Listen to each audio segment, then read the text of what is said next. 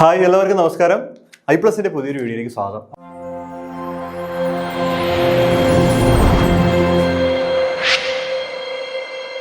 അപ്പോൾ നമ്മുടെ legal metrology inspector നമ്മൾ അതിന്റെ പ്രീവിയസ് ഇയർ ക്വസ്റ്റ്യൻ പേപ്പർ ചെയ്തു തുടങ്ങുകയാണ്. അപ്പോൾ ഇന്നത്തെ സെക്ഷൻ നമുക്ക് കുറച്ചധികം ചോദ്യങ്ങൾ നോക്കാം. ഫിസിക്സിന്റെ ഭാഗങ്ങളാണ് ഇന്നത്തെ ക്ലാസ് നമ്മൾ നോക്കുന്നത്. ഫിസിക്സിൽ 30 ചോദ്യങ്ങളുണ്ട്. അപ്പോൾ അത് നമുക്ക് ഓരോന്നായിട്ട് നോക്കാം. ഓക്കെ, അപ്പോൾ ആദ്യത്തെ ചോദ്യം ഫസ്റ്റ് യെസ് 21ാമത്തെ ചോദ്യമായിട്ടാണ് തുടങ്ങുന്നത് അതിൻ്റെ കേട്ടോ.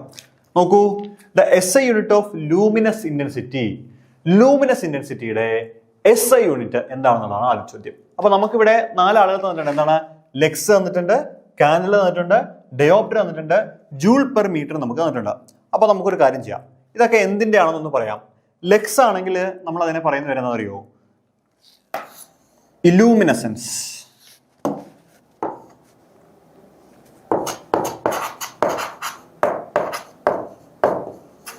ഇലൂമിനസൻസ് എന്നാണ് പറയുന്നത്. ബ്രാക്കറ്റില് amount of light hitting a surface. Amount of light hitting a surface വായിച്ച് പറയാം, കാണാൻ പറ്റുന്നില്ലെങ്കിൽ നിങ്ങൾ നോക്കിയോളൂ. Then candela. കാൻഡല എന്ന് പറഞ്ഞു കഴിഞ്ഞാൽ ലൂമിനസ് ഇന്റൻസിറ്റി.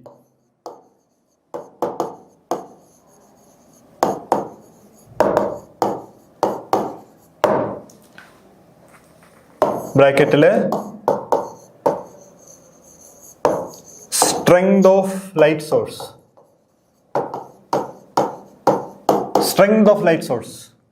ഡയോപ്റ്റർ എന്ന് വെച്ചാൽ power of lens. Power of lens. ഇത് force.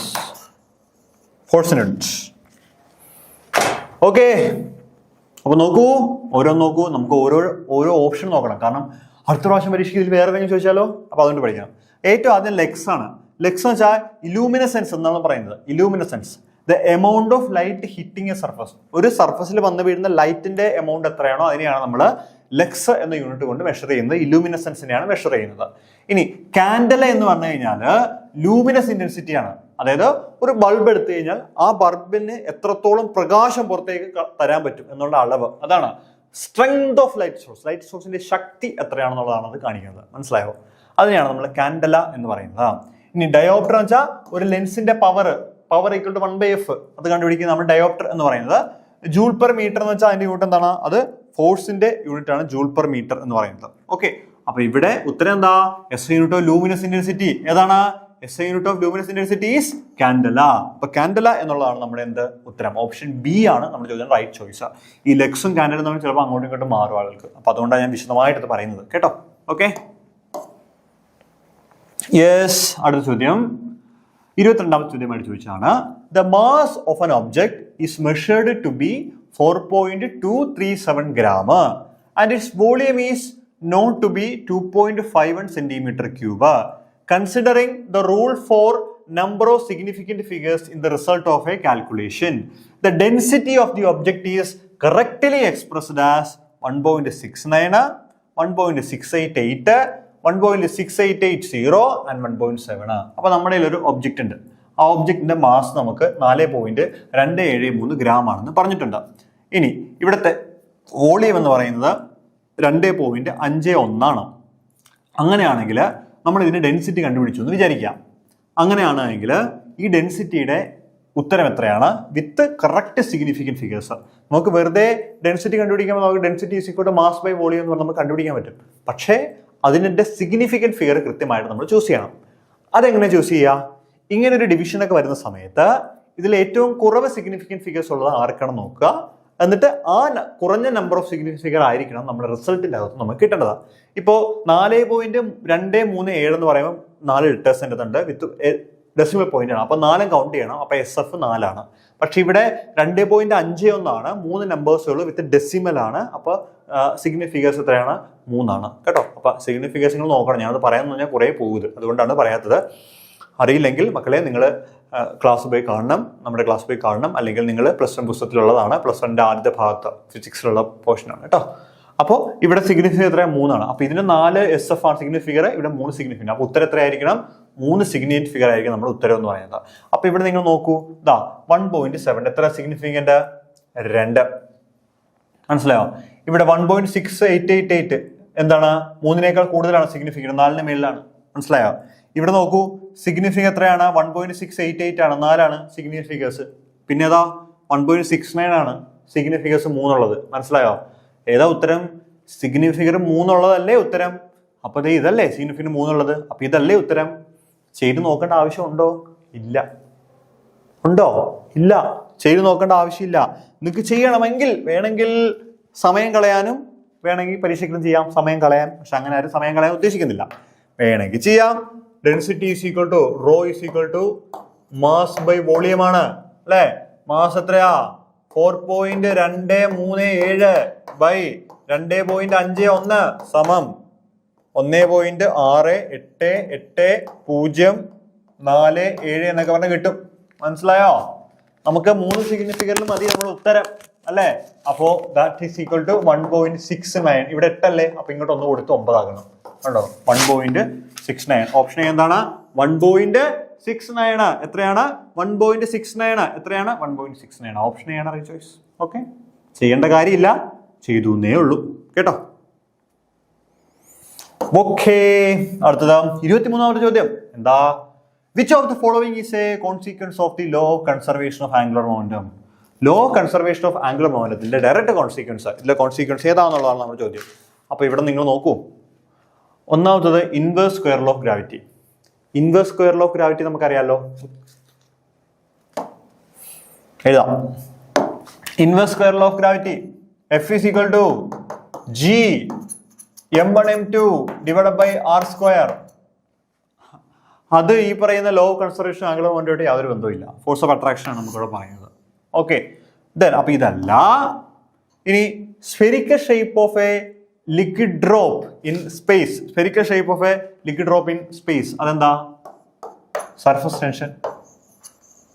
Surface tension, surface tension ഉള്ളതുകൊണ്ടല്ലേ ലിക്വിഡ് ഡ്രോപ്പ് ഒരു സ്പേസിൽ സ്ഫിയർ ആയിട്ടിരിക്കുന്നേ. അടുത്ത എന്താ? The circular orbit of a charge particle in a magnetic field, അതെന്താ? ലോറൻസ് ഫോഴ്സ് അല്ലേ? മാഗ്നറ്റിക് ലോറൻസ് ഫോഴ്സ് അല്ലേ?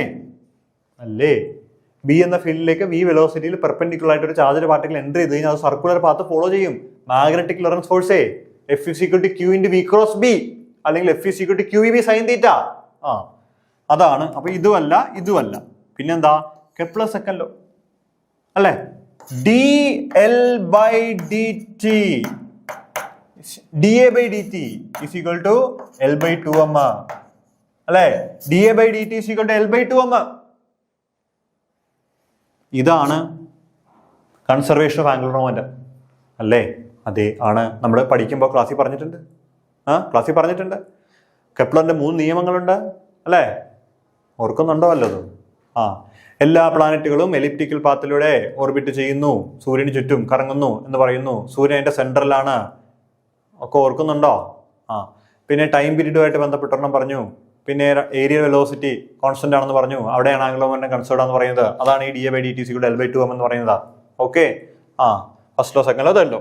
ഓക്കെ, അപ്പൊ ഇവിടെ ഉത്തരം ഏതാ? ഉത്തരം ഓപ്ഷൻ ഡി. ഓക്കെ, 24ാമത്തെ ചോദ്യം. The velocity of projection required for a body to become a satellite of Earth is ഈ അത്രേ ചോദ്യമേ ഉള്ളൂ. പിന്നെ സ്മോൾ ജി എന്ന് പറഞ്ഞാൽ ആക്സിലറേഷൻ ടു ഗ്രാവിറ്റി ആണ്. ക്യാപിറ്റൽ യൂണിവേഴ്സൽ ഗ്രാവിറ്റേഷണൽ കോൺസ്റ്റന്റ് ആണ്. m mass of the earth, r എന്ന് പറഞ്ഞാൽ റേഡിയസ് ഓഫ് ദി എർത്ത് എന്നൊക്കെയാണ് പറഞ്ഞിരിക്കുന്നത്. സംഭവം എന്താ? നമ്മുടെ ഭൂമിയിൽ നിന്നും ഒരു സാറ്റലൈറ്റിനെ നമ്മൾ ഇവിടെ നിന്ന് പ്രൊജക്ട് ചെയ്തു മുകളിലോട്ട്. ഇത് ഒരു ഓർബിറ്റിൽ കിടന്ന് കറങ്ങണമെങ്കിൽ അതിനൊരു മിനിമം വെലോസിറ്റി വേണം. ആ വെലോസിറ്റി എത്രയാണെന്നുള്ളതാണ് ഇവിടുത്തെ ചോദ്യം. ഡയറക്റ്റ് ചോദ്യമാണ്. എന്താണ്? ഡയറക്റ്റ് ചോദ്യമാണ്. അപ്പൊ ഇതിന്റെ എക്സ്പ്രഷൻ എന്ന് പറഞ്ഞു കഴിഞ്ഞാൽ എന്താണ്? നമ്മൾ പഠിച്ചിട്ടുണ്ട്, നമ്മൾ ഡെറിവേഷൻ ചെയ്ത് അല്ലെങ്കിൽ ഇക്വേഷൻ ആയിട്ട് എഴുതിയിട്ടുണ്ട്. So orbital velocity V naught is equal to root capital Gm divided by R. ഓർക്കുന്നുണ്ടോ? ഓർക്കുന്നില്ലേ? പഠിക്കണം. ഇതിന്റെ മേളിൽ പക്ഷെ ഇങ്ങനെ എക്സ്പ്രഷൻ നമ്മുടെ ഓപ്ഷനകത്ത് ഇല്ല. അപ്പൊ എന്ത് ചെയ്യണം? മുകളിലും താഴെ ഒരു 6 കൊണ്ട് മൾട്ടിപ്പിൾ ഡിവൈഡ് ചെയ്യാം. ഓക്കെ, അപ്പൊ that is equal to root GMR by R square. നമുക്കറിയാം സ്മോൾ ജി എന്ന് വെച്ചാൽ എന്താണ്? സ്മോൾ ജി എന്ന് വെച്ചാൽ GM by R സ്ക്വയർ ആണ്. സ്മോൾ ജി അല്ല, GM by R സ്ക്വയർ. അപ്പൊ ഈ GM by R സ്ക്വയർ എന്ന് പറഞ്ഞാൽ നമുക്ക് എന്ത് കൊടുക്കാം? സ്മോൾ ജി എന്ന് കൊടുക്കാം. അപ്പൊ that is equal to root small G R is equal to root small G R. Option A is right choice. കണ്ടോ, പെട്ടെന്ന് ഉത്തരം കിട്ടും. Okay, yes. അടുത്ത ചോദ്യം 25. The displacement of a particle undergoing a simple harmonic motion is given by x equal to a sin omega t plus phi r, where v is the velocity. Which of the following is incorrect?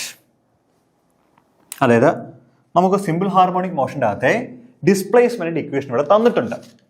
താഴെ തന്നിരിക്കുന്ന ഓപ്ഷൻ്റെ അകത്ത് ഏതാണ് incorrect എന്നുള്ളതാണ് ചോദ്യം. പ്രത്യേകം ശ്രദ്ധിക്കുക, ഏതാണ് incorrect എന്നുള്ളതാണ് ചോദ്യം.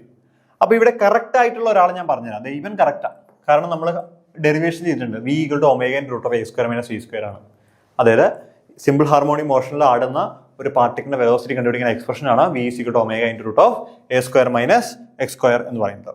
ഓക്കെ, ഇനി നമുക്കിവിടെ പല കാര്യങ്ങൾ എഴുതാൻ പറ്റും. നമുക്കിവിടെ എക്സ് ഈസ് ഈക്വൽ ടു എന്താണ്, A sign omega T plus phi എന്നാണ് നമ്മൾ സാധാരണ രീതിയിൽ എഴുതുന്നത്, അല്ലേ? അങ്ങനെ എഴുതുന്നത്. ഇനി ഇതിന് ഡെറിവേറ്റീവ് എടുത്തേ, d x divide by d t derivative. അപ്പോൾ a omega into cos omega T plus phi എന്ന് നമുക്ക് എഴുതാം. A omega into cos omega T plus phi, a omega into cos omega T plus phi. അപ്പോൾ ഇതും ശരിയാണ്, velocity. കാരണം d x by d t എന്ന് വെച്ചാൽ വെലോസിറ്റി അല്ലേ? വെലോസിറ്റി ആണ്. മനസ്സിലായോ? അത് വെലോസിറ്റി ടേം ആണ്, നമുക്ക് കൃത്യമായിട്ട് അവിടെ നിന്ന് എഴുതി വെക്കാനായിട്ട് പറ്റും. ഓക്കെ, ദെൻ ഓപ്ഷൻ സി നമുക്കൊന്ന് ചെക്ക് ചെയ്യാം. ഓപ്ഷൻ സി നമ്മൾ എടുക്കുന്ന സമയത്ത് വി ഈക്വൽ ടു എന്താണ്, A omega into sine omega T plus phi plus pi എന്നാണ് നമ്മൾ എഴുതിക്കുന്നത്. നമുക്കറിയാം സൈൻ തീറ്റ പ്ലസ് പൈ എന്ന് പറഞ്ഞു കഴിഞ്ഞാൽ അത് മൈനസ് സൈൻ തീറ്റയാണ്. എന്താണ് സൈൻ തീറ്റ പ്ലസ് ഫൈ എന്ന് വെച്ചാൽ എന്താണ്, അത് മൈനസ് സൈൻ തീറ്റയാണ്. So that is equal to നമുക്കിവിടെ എന്തെഴുതാം, എ ഒമേഗ ഇൻറ്റു എന്താണ് sine omega T plus phi എന്ന് എഴുതാൻ പറ്റും. മനസ്സിലായോ? അതായത് ഇവിടെ ഒരു മൈനസ് സൈൻ വരും. ഓക്കെ, അവിടെ ഒരു മൈനസ് സൈൻ വരും, minus sign omega T plus phi. അതായത് ഈ എക്സ്പ്രഷൻ ശരിയാവണമായിരുന്നു എങ്കിൽ ഇവിടെ ഒരു മൈനസ് വരണമായിരുന്നു. ഇവിടെ എന്തില്ല, മൈനസ് ഇല്ല. ഇവിടെ കിട്ടിയോ? അപ്പൊ എന്താണ്, ഇതാണ് നമ്മുടെ തെറ്റായിട്ടുള്ള ഓപ്ഷൻ. മനസ്സിലായോ? അതാണ് എന്ത് നമ്മുടെ തെറ്റായിട്ടുള്ള ഓപ്ഷൻ എന്ന് പറഞ്ഞത് ഏതാണ്, അതാണ്. ഓക്കെ, അപ്പോൾ ഓപ്ഷൻ ഡി കറക്റ്റ് ആണ്, ഓപ്ഷൻ ബി കറക്റ്റ് ആണ്, അതുപോലെ തന്നെ ഓപ്ഷൻ എ നമുക്ക് കറക്റ്റ് ആയിട്ട് എഴുതാൻ പറ്റും. ഓപ്ഷൻ എ നമുക്ക് കറക്റ്റ് ആയിട്ട് പറ്റും. A omega into cos omega T plus five എന്ന ടൈമിലേക്ക് നമുക്ക് അതിനെ മാറ്റി എഴുതാൻ പറ്റും. Okay, option A. Yes yes yes yes, ഇതിങ്ങനെയാണ്, കോസ് തീറ്റ സമം sine theta plus pi by 2 എന്ന് എഴുതാൻ പറ്റും. ഓക്കെ, അപ്പോൾ കോസ് ഒമേഗ ടി പ്ലസ് ഫൈക്ക് പകരം sine omega T plus pi by 2 എന്ന് നമുക്ക് വേണമെങ്കിൽ എഴുതാൻ പറ്റും. മനസ്സിലായോ? ഈ എക്സ്പ്രഷൻ തന്നെയാണ് ഈ എഴുതിയിരിക്കുന്നത്. ഇൻ ടേംസ് ഓഫ് സൈൻ എന്ന് മാത്രമേ വ്യത്യാസമുള്ളൂ. കുറച്ച് കൺഫ്യൂസിംഗ് ആണ്, പക്ഷെ എന്നാലും കുഴപ്പമൊന്നുമില്ല. സമാധാനമായിട്ടിരുന്ന് ആലോചിച്ച് കഴിഞ്ഞാൽ ചെയ്യാൻ പറ്റും. ഓക്കെ, അപ്പോൾ ഇവിടെ നമ്മുടെ ഉത്തരം എന്താണ്, ഓപ്ഷൻ സി ആണ്. നമുക്ക് എഴുതാൻ പറ്റാത്തത് ഏതാണെന്ന് വെച്ചാൽ ഇതാണ്. എഴുതാൻ പറ്റണമായിരുന്നെങ്കിൽ ഇവിടെ മൈനസ് ഉണ്ടായിരുന്നു, അതാണ് വ്യത്യാസം. കേട്ടോ? ഓക്കെ, അടുത്തത്, which of the following is invariant under Galilean transformation? Galilean ട്രാൻസ്ഫോർമേഷനിൽ ഇൻവേരിയന്റ് ആയിട്ടുള്ളത് ഏതാണെന്നുള്ളതാണ് ഇവിടെ ചോദ്യം. പ്രത്യേകം ശ്രദ്ധിക്കുക, നമ്മുടെ ഓപ്ഷൻ സി ആക്സലറേഷൻ ആണ് ഇവിടുത്തെ ഇൻവേരിയന്റ് ആയിട്ടുള്ള ക്വാണ്ടിറ്റി എന്ന് പറയുന്നത്. ഇൻവേരിയന്റ് പൊസിഷൻ ആണെങ്കിൽ നമ്മൾ X dash is equal to X minus V T എന്ന് എഴുതുന്നത്. അതിന്റെ എക്സ് ഡാഷും എക്സും ഡിഫറെന്റ് ആണ്, അതിലെ കോർഡിനേറ്റ്സ് മാറുന്നുണ്ട്. X dash is equal to X minus V T ആണ്. ഇനി വെലോസിറ്റി ടൈം ആണെങ്കിൽ U dash is equal to U minus V nought നമുക്ക് എഴുതാൻ പറ്റും. ആക്സലറേഷൻ ആണെങ്കിൽ A dash is equal to A ആണ്. വിക്ക് ചേഞ്ച് ഉണ്ടാവുന്നത് കൊണ്ട് തന്നെ അവിടെ കൈനറ്റിക് എനർജിക്കും ചേഞ്ച് ഉണ്ടാവും. കേട്ടോ? അപ്പോൾ അത് പഠിച്ചു വെക്കുക. ഏതിനാണ് ചേഞ്ച് ഉണ്ടാവുന്നതെന്ന് ചോദിച്ചു കഴിഞ്ഞാൽ അത് ആക്സലറേഷൻ ആണ്. പൊസിഷനോ which of the following is an invariant എന്ന് ചോദിച്ചോട്ടെ. ഇൻവേരിയന്റ്, വേരിയന്റ് അല്ലാത്തത് ഏതാണെന്ന് ചോദിച്ചാൽ അത് ആക്സലറേഷൻ ആണ്. അപ്പോൾ ഗലീലിയൻ ട്രാൻസ്ഫോർമേഷൻ എടുത്തു കഴിഞ്ഞാൽ പൊസിഷനും വെലോസിറ്റിയും കൈനറ്റിക് എനർജിയും വേരിയന്റ് ആണ്. പക്ഷേ മാറാത്തത് ആര് മാത്രമേ ഉള്ളൂ, ആക്സലറേഷൻ ആണ്. അതിൽ എ ഡാഷും എയും ഒന്ന് തന്നെയായിരിക്കും. എ ഡാഷ് എ എന്ന് എഴുതാൻ പറ്റും. അപ്പോൾ അതാണ് ഓപ്ഷൻ സി ആണ് 24ന്റെ റൈറ്റ് ചോയ്സ്. 26ന്റെ 27ാമത്തെ ചോദ്യമാണ്. ഇതും ഈ പറയുന്ന പോലെ ഡയറക്റ്റ് ചോദ്യമാണ്. Theoretically the limiting value of Poisson's ratio sigma. Poisson's റേഷ്യോന്റെ സിഗ്മയുടെ ഡയറക്റ്റ് വാല്യൂ തിയററ്റിക്കൽ വാല്യൂ -1നും 0.5നും 0.05 എന്നാൽ -1നും 0.05നും ഇടയിലായിരിക്കണം പോയിസൺസ് റേഷ്യോ സിഗ്മ എന്ന് പറയുന്നത്. Option B. യെസ്. അടുത്തത് 28ാമത്തെ ചോദ്യമാണ്. Which of the following is an incorrect expression for Bernoulli's theorem in fluid dynamics? Fluid ഡൈനാമിക്സിലെ ബെർണോളിസ് തിയറത്തിന്റെ ഇൻകറക്റ്റ് സ്റ്റേറ്റ്മെന്റ് ഏതാണെന്നുള്ള ചോദ്യം. അത് നോക്കാം. അപ്പൊ ഏറ്റവും ആദ്യം നമ്മൾ ഇതിന്റെ ജനറൽ ആയിട്ടുള്ള എക്സ്പ്രഷൻ സ്റ്റാൻഡേർഡ് ഫോം നമ്മൾ പഠിക്കണം. അത് ഞാൻ എഴുതാണ്. Half rho square V square plus P plus rho G H is equal to constant അല്ലേ? ഓർക്കുന്നുണ്ടല്ലോ അല്ലേ? Pressure energy plus kinetic energy plus potential energy is equal to a constant. ഇതാണ് Bernoulli's തിയറത്തിന്റെ ബേസിക് ആയിട്ടുള്ള സ്റ്റേറ്റ്മെന്റ് എന്ന് പറയുന്നത്. Total energy എന്ന് പറയുന്നത് ഏതൊരു പോയിന്റ് എടുത്തു കഴിഞ്ഞാലും എല്ലായിടത്തും ഒന്ന് തന്നെയായിരിക്കും എന്നാണ് അതിന്റെ അർത്ഥം. ഓക്കെ, ഒന്ന് പറയുമ്പോൾ മറ്റൊന്ന് കൂടും. അപ്പൊ ഇവിടെ half rho square V square plus P plus rho G H is equal to a constant. So നിങ്ങൾ ഈ ഓപ്ഷൻ ബി എന്ന് പറയുന്നത് ഡയറക്റ്റ് സ്റ്റേറ്റ്മെന്റ് തന്നെയാണ്. അപ്പൊ അത് കറക്റ്റ് സ്റ്റേറ്റ്മെന്റ് ആണ്. കറക്റ്റ് എക്സ്പ്രഷൻ ആണ് നമുക്ക് കിട്ടിയിരിക്കുന്നത്. ഇനി ഈ കറക്റ്റ് എക്സ്പ്രഷനെ ഒരു റോ കൊണ്ട് ഡിവൈഡ് ചെയ്ത് എല്ലായിടത്തും ഇവിടെ റോ കൊണ്ട് ഡിവൈഡ് ചെയ്യുക, ഇവിടെയും റോ കൊണ്ട് ഡിവൈഡ് ചെയ്യുക അല്ലെ? അപ്പൊ ഈ റോയും ഈ റോ സ്ക്വയറും വെട്ടിപ്പോകും. അപ്പൊ എന്ത് കിട്ടും? ഹാഫ് റോ വി സ്ക്വയർ ആണോ?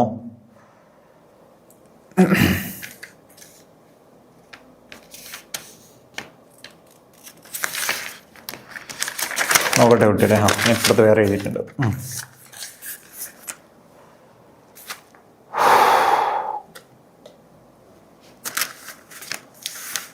ഇവിടെ റോ സ്ക്വയർ ഇല്ല കേട്ടോ, ഇവിടെ റോയേ ഉള്ളൂ. ഞാൻ അതാണ് ആലോചിച്ചിട്ടിരുന്നത്. റോ സ്ക്വയർ റോയേ ഉള്ളൂ. അപ്പൊ ഈ റോയും വെട്ടിക്കളയാം.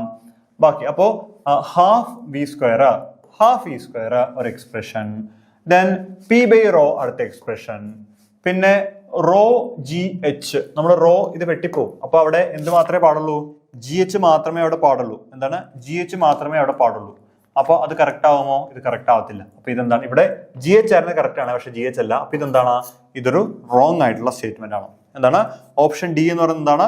ഒരു റോങ് ആയിട്ടുള്ള സ്റ്റേറ്റ്മെന്റ് ആണ്. ഓക്കെ, ഇനി നമുക്ക് ഈ പറയുന്ന ഓപ്ഷൻ സി നമുക്കൊന്ന് ചെക്ക് നോക്കാം. ഓപ്ഷൻ സിന്റെ അകത്ത് എന്താ ചെയ്യുന്ന വെച്ചാൽ standard expression half rho V square plus P plus rho G H എന്ന് പറയുന്നത് കോൺസ്റ്റന്റ്. ഇതാണ് സ്റ്റാൻഡേർഡ് എക്സ്പ്രഷൻ. എന്താ ചെയ്യുക? എല്ലാത്തിനെയും ഒരു റോ ജി കൊണ്ട് ഡിവൈഡ് ചെയ്യുക. എന്താണ്? ഒരു റോ ജി കൊണ്ട് ഡിവൈഡ് ചെയ്യുക. അപ്പൊ ഡിവൈഡ് ബൈ റോ ജി അല്ലെ? ഈ റോയും ഇതും വെട്ടിപ്പോവും അല്ലെ? അതും ഇതും വെട്ടിപ്പോവും. ബാക്കി ഹാഫ് റോ ബി സ്ക്വയർ അല്ലെ പ്ലസ് എന്താണ്? P by rho G plus rho G H is equal to എന്താണ്? കോൺസ്റ്റന്റ്. അപ്പൊ ദേ ഇതും എന്താ? ഇതും തെറ്റാ. കാരണം ഇവിടെ ജി ഇതിന്റെ കൂടെ ശരിക്കും ഈ ജി ഇവിടെ വരേണ്ടത്. അപ്പൊ എന്താ? ഇതും തെറ്റാ. അപ്പൊ ഈ പറയുന്ന ഓപ്ഷൻ ഡിയും ഓപ്ഷൻ സിയും എന്താണ്? തെറ്റായിട്ടുള്ള സ്റ്റേറ്റ്മെന്റ് ആണ്. മനസ്സിലായോ? രണ്ടും എന്താണ്? തെറ്റായിട്ടുള്ള സ്റ്റേറ്റ്മെന്റ് ആണ്. ഓക്കെ, ഇനി ഈ ജനറൽ എക്സ്പ്രഷനെ ഒരു റോ കൊണ്ട് ഡിവൈഡ് ചെയ്താൽ കിട്ടുന്ന ടേം ആണ് ഓപ്ഷൻ എ എന്ന് പറയുന്നത്. ഒരു റോ കൊണ്ട് ഡിവൈഡ് ചെയ്താൽ. അപ്പോൾ എയും ബിയും ശരിയാണ്, പക്ഷേ ഡിയും സിയും എന്താണ്? തെറ്റാണ്. അപ്പൊ നമുക്ക് രണ്ട് ഓപ്ഷനും, അത് ഒന്നെങ്കിൽ സി അല്ലെങ്കിൽ ഡി, രണ്ടും എന്താണ്? ഇൻഡയറക്റ്റ് തെറ്റായിട്ടുള്ള സ്റ്റേറ്റ്മെന്റ് ആണ്. സോ അങ്ങനെയാണ് നമുക്ക് 28ാമത്തെ ചോദ്യം കിട്ടുന്നത് കേട്ടോ. Yes. 29 the unit of surface tension. നമുക്കറിയാം ഈ സർഫസ് ടെൻഷന്റെ എക്സ്പ്രഷൻ സർഫസ് ടെൻഷൻ എസ് അല്ലെങ്കിൽ ടി ഇസ് ഈക്വൽ ടു എന്താണ്? ലെങ്ത് ആണ് അല്ലെ? ലെങ്ത് അല്ലെ? എഫ് ബൈ എൽ ആണ് അല്ലെ? നമ്മളിങ്ങനെ വരെയൊക്കെ ഇമാജിനറി ലൈനിൽ അനുഭവപ്പെടുന്ന ഫോഴ്സ് ആണെന്നൊക്കെ പറഞ്ഞ് പഠിച്ചിട്ടുണ്ട്. ഓർക്കുന്നുണ്ടോ? മനസ്സിലായോ? ആ ഫോഴ്സ് ബൈ ടോട്ടൽ ലെങ്ത് എല്ലാം നമ്മൾ എഴുതുന്നത്. ഫോഴ്സിന് യൂണിറ്റ് എന്താ? ന്യൂട്ടൺ. ലെങ്തിന് യൂണിറ്റ് എന്താ? മീറ്റർ. അപ്പൊ എന്താണ്? Newton per metre. എന്താണ്? സർഫസ് ടെൻഷന്റെ എക്സ്പ്രഷൻ എന്താണ്? Newton per metre. ഏതാ? ഓപ്ഷൻ എ അല്ലേ കറക്റ്റ്. അപ്പോൾ ന്യൂട്ടൺ പെർ മീറ്റർ ആണ് എന്തെന്ന് പറയുന്നത്? സർഫസ് ടെൻഷന്റെ യൂണിറ്റ് എന്ന് പറയുന്നത്. എന്താണ്? ന്യൂട്ടൺ പെർ മീറ്റർ ആണ് എന്ന് പറയുന്നത് സർഫസ് ടെൻഷന്റെ യൂണിറ്റ് എന്ന് പറയുന്നത്. ഓക്കെ ആണേ? ഓക്കെ. യെസ്. അടുത്ത ചോദ്യം 30. The amount of heat Q raises the temperature of 1 gram of material A by 3 degrees Celsius and 1 gram of material B is 4 degrees Celsius. Which material has greater specific heat capacity? ചോദ്യം വായിക്കട്ടെ, ചോദ്യം എന്ന് പറയട്ടെ. അതായത് Q amount of heat നമ്മൾ 1 gram സബ്സ്റ്റൻസിലേക്ക് കൊടുത്തു. അതായത് നമ്മൾ രണ്ട് മെറ്റീരിയൽ ഉണ്ട്, എ എന്ന് പറയുന്ന മെറ്റീരിയലും ഉണ്ട്, ബി എന്ന് പറയുന്ന മെറ്റീരിയലും ഉണ്ട്. രണ്ടും 1 gram വെച്ചേ ഉള്ളൂ. ഇതിലേക്ക് Q എന്ന് പറയുന്ന ഹീറ്റ് നമ്മൾ കൊടുത്തു. എ എന്ന് പറയുന്ന മെറ്റീരിയലിന്റെ ടെമ്പറേച്ചർ 3 ഡിഗ്രി കൂടി, ബി എന്ന് പറയുന്ന മെറ്റീരിയലിന്റെ ടെമ്പറേച്ചർ 4 ഡിഗ്രി കൂടി. അങ്ങനെയാണെങ്കിൽ ഏതിനാണ് ഏറ്റവും കൂടുതൽ സ്പെസിഫിക് ഹീറ്റ് കപ്പാസിറ്റി ഉള്ളതെന്നുള്ളതാണ് ചോദ്യം. ചോദ്യം എന്നോട് പറയണോ? എ മെറ്റീരിയൽ ഉണ്ട്, ബി മെറ്റീരിയൽ ഉണ്ട്. എ മെറ്റീരിയൽ 1 gram ആണ്, ബി മെറ്റീരിയൽ 1 gram ആണ്. Q എന്ന് പറയുന്ന താപം കൊടുത്ത സമയത്ത് എ മെറ്റീരിയലിന്റെ ടെമ്പറേച്ചർ 3 ഡിഗ്രി സെൽഷ്യസ് കൂടി എന്ന് വിചാരിക്കുക. ബി എന്ന് പറയുന്ന മെറ്റീരിയലിന്റെ ടെമ്പറേച്ചർ 4 ഡിഗ്രി സെൽഷ്യസ് കൂടി. അങ്ങനെയാണെങ്കിൽ ഏത് മെറ്റീരിയലിനാണ് ഏറ്റവും കൂടുതൽ സ്പെസിഫിക് ഹീറ്റ് കപ്പാസിറ്റി സി ഉള്ളത് എന്നുള്ളതാണ് ചോദ്യം. ഓക്കെ, അപ്പോൾ നമ്മൾ ഇങ്ങനെ ഒരു ചോദ്യം വന്നു കഴിഞ്ഞാൽ ഈ ചോദ്യം ചെയ്യണമെങ്കിൽ നമുക്ക് ആദ്യം എന്ത് വേണം? ഇതിന്റെ എക്സ്പ്രഷൻ വേണം അല്ലേ? അപ്പൊ നമ്മൾ പഠിച്ചിട്ടുണ്ട്, എന്താ കെമിസ്ട്രിയിൽ പഠിക്കുന്നതാണേ, Q ഈക്വൽ ടു എന്താണ്? MC theta. ഓർക്കുന്നുണ്ടോ? Q ഈക്വൽ ടു എന്താണ്? MC theta. Q equal to MC theta, ശരിയല്ലേ? Q എന്ന് വെച്ചാൽ എന്താണ്? എമൗണ്ട് ഓഫ് ഹീറ്റ് സപ്ലൈഡ്, കൊടുക്കുന്ന ഹീറ്റിന്റെ അളവിനെയാണ് നമ്മൾ Q എന്ന് പറയുന്നത്. C ആണ് സ്പെസിഫിക് ഹീറ്റ്, തീറ്റ എന്ന് വെച്ചാൽ ടെമ്പറേച്ചർ ചേഞ്ച് എത്ര ഉണ്ടായി എന്നുള്ളതാണ് തീറ്റ എന്ന് പറയുന്നത്. അപ്പൊ നമുക്ക് മനസ്സിലാക്കേണ്ടത് എന്താ? ഈ പറയുന്ന സി എന്ന് വെച്ചാൽ എന്താണ്? Q by theta. Q by theta. M രണ്ടിനും ഒരുപോലെ ആയതുകൊണ്ട് നമ്മൾ എടുക്കണം, 1 gram അല്ലേ, വിട്ടേക്കാം. അപ്പൊ സി ഈസ് ഈക്വൽ ടു എന്താണ്? Q by theta. അതായത് specific heat is proportional to എന്താണ്? 1 ബൈ തീറ്റയാണ്. ആണ് 1 by theta. Theta change in temperature ആണ്, മനസ്സിലായോ? അപ്പോ നമ്മൾ സി എ എടുക്കുന്ന സമയത്ത് പ്രൊപ്പോർഷണൽ ടു 1 ബൈ എന്താണ്? 3 ഡിഗ്രി സെൽഷ്യസ് ആണ്. സി ബി ആണെങ്കിൽ പ്രൊപ്പോർഷണൽ ടു എന്താണ്? 1 ബൈ 4 ഡിഗ്രി സെൽഷ്യസ് ആണ്. 4 ഡിഗ്രി സെൽഷ്യസ് ആണ്, മനസ്സിലായോ? 4 ഡിഗ്രി സെൽഷ്യസ് നമ്മൾ പറയുന്നത്. ഓക്കെ, അപ്പൊ നമുക്കറിയാം ചോദിച്ചിട്ട് ചോദ്യം എന്താ? ഗ്രേറ്റർ സ്പെസിഫിക് കപ്പാസിറ്റി ആണ്. അപ്പോൾ സി കൂടണമെങ്കിൽ തീറ്റ കുറയണം. അപ്പൊ തീറ്റ കുറവാർക്കാ? ഇവനല്ലേ തീറ്റ കുറവ്.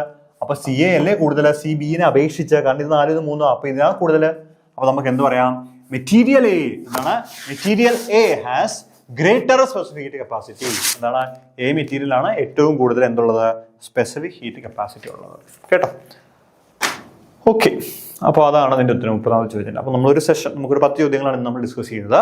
അപ്പോൾ നമുക്കിനി അടുത്ത വീഡിയോയിൽ ഇതിൻ്റെ സെക്കൻഡ് പാർട്ടും തേർഡ് പാർട്ടും ഒക്കെ ഉണ്ടാവും. അപ്പോൾ നമുക്ക് അടുത്ത ഭാഗത്ത് നമുക്ക് ഇതിൻ്റെ അടുത്ത ചോദ്യം ഒരു 31 മുതൽ 40 വരെയുള്ള ചോദ്യങ്ങൾ നമുക്ക് അടുത്ത വീഡിയോ ചെയ്യാം. അപ്പോൾ ഇത്ര നോക്കൂ. Thank you.